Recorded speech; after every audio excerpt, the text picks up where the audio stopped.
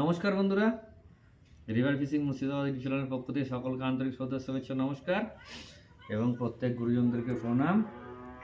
এই দেখুন আমার তল ভাষা ব্রহ্মাস্ত্র নতুন আবার যেটা বানানোর কথা আপনাকে দেখিয়েছিলাম সেটা আমার বানানো হয়ে গেল। এই দেখুন এটা নীল রঙের সুতো আমার পুরো টোটালি বাইন্ডিং হয়ে গেল। ঠিক আছে, এবার আমি সুতোটাকে কেটে দেবো। এখানে এই যে সুতোটাকে কেটে দেবো। এই ওকে মামু, ইয়েস, এই যে হয়ে গেল।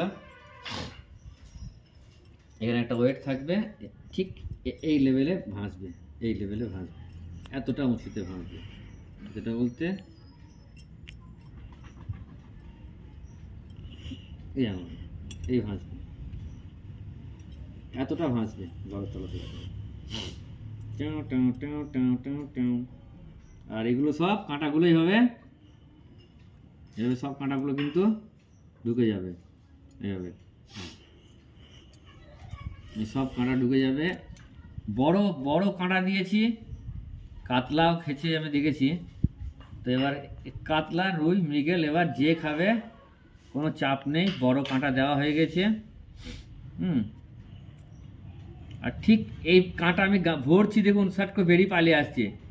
এইটা যেন থাকে, এই যে কাঁটা ভরছি তো একটু লড়ালড়ি করলে কাঁটা বেরিয়ে চলে আসবে, দেখবেন সুন্দর গাঁথা হয়ে যাচ্ছে, কিন্তু হালকা টাচ করলে কাঁটা বেরিয়ে চলে আসবে। হ্যাঁ, এইবার এই হয়ে গেল। এবার একটা জিনিস আবার করতে হবে, যেটা আপনাদের বলেছিলাম যে একটা তল ভাষা বানালে যেন কয়েকদিন থাকে বা অনেক কিছুদিন থাকে, মানে একটা সিজন পার হয়ে যায়। তার জন্য কি করবেন, এই নিচে অংশটাতে একটা বাঁধন হবে, ব্রেডের লাইন দিয়ে বাঁধন হবে। সেই ব্রেডের লাইনটা বেঁধে আপনাদেরকে দেখিয়ে দেবো। ঠিক আছে, এই হয়ে গেল আমার তল ভাষা। ওকে, চলুন।